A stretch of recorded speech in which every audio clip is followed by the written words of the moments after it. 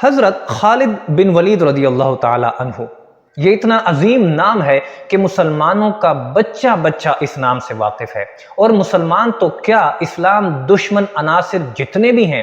جتنے بھی اسلام دشمن لوگ ہیں، وہ بھی اس نام کو سن کر ایک بار کانپ اٹھتے ہیں، لرز اٹھتے ہیں۔ جب اسلام دشمن لوگ اس نام کو اس زمانے میں سن لیتے تھے کہ خالد بن ولید رضی اللہ تعالی عنہ آ رہے ہیں ہم سے مقابلہ کرنے، تو ایک مرتبہ ان کے دل کانپ اٹھتے تھے کہ پتہ نہیں کیسا مقابلہ ہوگا۔ حضرت خالد ابن ولید رضی اللہ تعالی عنہ جب بھی کسی جنگ کے لیے تشریف لے کے جاتے تو وہ اپنے دل میں جذبہ شہادت لے کر نکلتے، اور یہی سوچ کر نکلتے کہ انشاءاللہ العزیز اس جنگ میں ضرور شہادت نصیب ہوگی۔ ان کا جذبہ ایمان ایک پہاڑ کی مانند تھا، اتنا عظیم جذبہ کہ جو کسی جنگجو کے بارے میں اس انسان کا تصور بھی اس بات کو تسلیم نہیں کر سکتا، اتنا عظیم شخص۔ ایک مرتبہ حضرت خالد ابن ولید رضی اللہ تعالی عنہ نے ایک عیسائی قلعے کا محاصرہ کر لیا۔ جب محاصرہ انہوں نے جاری رکھا تو محاصرے کے دوران ایک عیسائی پادری حضرت خالد ابن ولید رضی اللہ تعالی عنہ کے پاس آئے۔ اس کے ہاتھ میں ایک تیز قسم کے زہر کی پڑیا تھی۔ عیسائی کہنے لگا پادری کہ اے خالد، اگر تم اس قلعے کا محاصرہ اٹھا لو اور اس کے علاوہ باقی قلعوں کو فتح کر لو تو یہ قلعہ بنا کسی جنگ کے تمہارے حوالے کر دیا جائے گا۔ حضرت خالد ابن ولید رضی اللہ تعالی عنہ نے فرمایا کہ ایسا ہرگز نہیں ہو سکتا، سب سے پہلے یہی قلعہ فتح کیا جائے گا، اس کے بعد باقی قلعوں کا رخ کیا جائے گا۔ اس پادری نے خالد ابن ولید رضی اللہ تعالی عنہ کے سامنے دھمکی کی کہ میں یہ زہر کی پڑیا کھا کر آپ کے سامنے خودکشی کر لوں گا، اور میرے موت کا جو قصہ ہوگا وہ تمہارے گردن پہ ہوگا، یعنی میری موت کے ذمہ دار تم کہلائے جاؤ گے، اور اس طرح باقی جتنے بھی عیسائی لوگ ہیں وہ تمہارے مزید سخت ترین دشمن ہو جائیں گے۔ حضرت خالد ابن ولید رضی اللہ تعالیٰ عنہ نے مسکرا کر جواب دیا کہ یہ زہر تم کھا بھی لو، اگر تمہاری موت کا وقت مقرر نہیں ہے تو تم ہرگز نہیں مر سکتے۔ پادری نے یہ سن کر کہا کہ اگر ایسا ہے تو یہ لو، یہ پڑیا تم لو اور اسے کھا کر دکھاؤ کہ اگر تمہاری موت کا وقت ابھی آیا نہیں ہے اور تم نہیں مر سکتے تو یہ پڑیا کھا کر دکھا دو۔ حضرت خالد ابن ولید رضی اللہ تعالی عنہ نے اس پادری سے وہ زہر کی پڑیا، وہ شدید ترین زہر کی پڑیا لے کر بسم اللہ الرحمن الرحیم پڑھ کر، اور یہ دعا آپ کی اسکرین پر آپ کو نظر آ رہی ہے، یہ دعا پڑھ کر انہوں نے وہ زہر کی پڑیا کھا کر بعد میں پانی پی لیا۔ پانی پینے کے بعد چند لمحے آپ کے جسم پر پسینہ آیا، تھوڑی دیر آپ خاموشی کے ساتھ اس پسینے کو جھیلتے رہے، اور پھر پادری سے مخاطب ہوئے کہ دیکھا، اگر میری موت واقع ہونی ہے اور میرا وقت مقرر نہیں ہے تو موت کبھی بھی میرا کچھ نہیں بگاڑ سکتی۔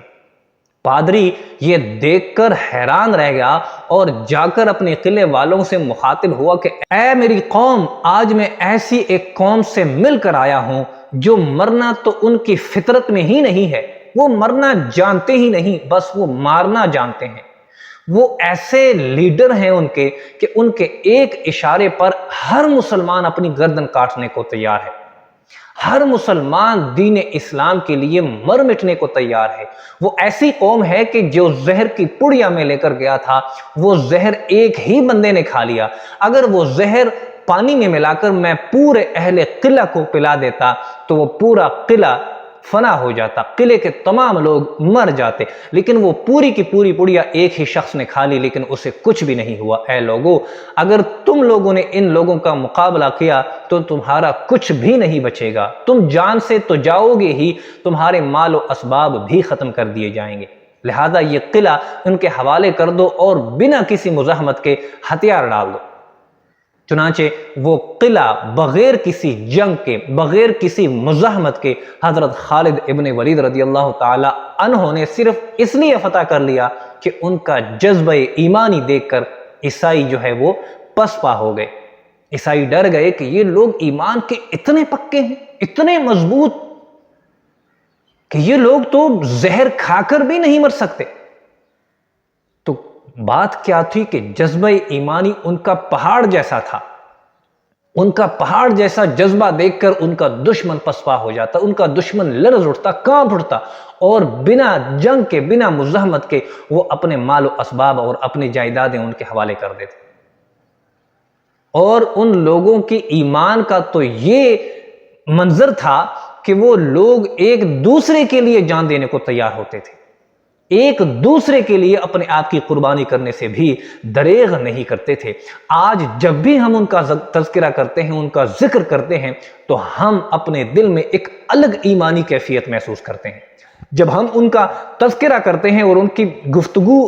سنتے ہیں یا کرتے ہیں تو ہمارے دل کانپ اٹھتے ہیں اللہ تبارک و تعالیٰ کے خوف سے۔ ان کے تذکرے کا اگر یہ عالم ہے کہ ہم ان کے تذکرے کی وجہ سے اللہ کے خوف سے کانپ اٹھتے ہیں، تو ان کو اگر ہم دیکھ لیتے تو ہمارا جذبہ ایمانی کیا ہوتا۔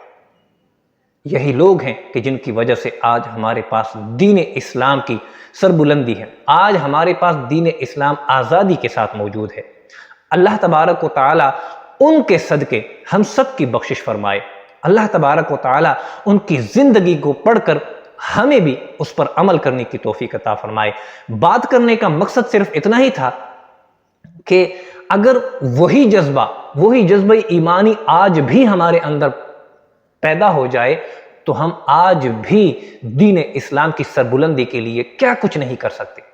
آج کا مسلمان مغلوب ہی اس لیے ہے کہ وہ اس جذبہ ایمانی سے محروم ہو چکا ہے، بلکہ آپ یوں سمجھیں کہ ہمیں اس جذبہ ایمانی سے محروم کر دیا گیا ہے، ہمارے دلوں سے وہ جذبہ نکال دیا گیا ہے کہ جس جذبے کے ساتھ وہ اپنے گھروں سے نکلتے تو کسی نہ کسی ملک کو فتح کر کے ہی واپس لوٹتے۔ آج ہم اپنے نبی کریم صلی اللہ تعالیٰ علیہ وآلہ وسلم کی حرمت کے لیے ایک لفظ تک نہیں اٹھا سکتے، اور جو لوگ نبی کریم صلی اللہ تعالیٰ علیہ وسلم کی حرمت کے لیے اپنی آواز اٹھاتے ہیں، آج اس دنیا میں اسے ختم کر دیا جاتا ہے یا پھر غائب کر دیا جاتا ہے۔ ہمیں بھی آج اس طرح کا ہی جذبہ ایمانی کی ضرورت ہے، آج ہمیں بھی ویسے ہی ایمان کی ضرورت ہے جیسے ایمان ان کے پاس تھے۔ اللہ تبارک و تعالی ہمیں عمل کی توفیق عطا فرمائے، آمین۔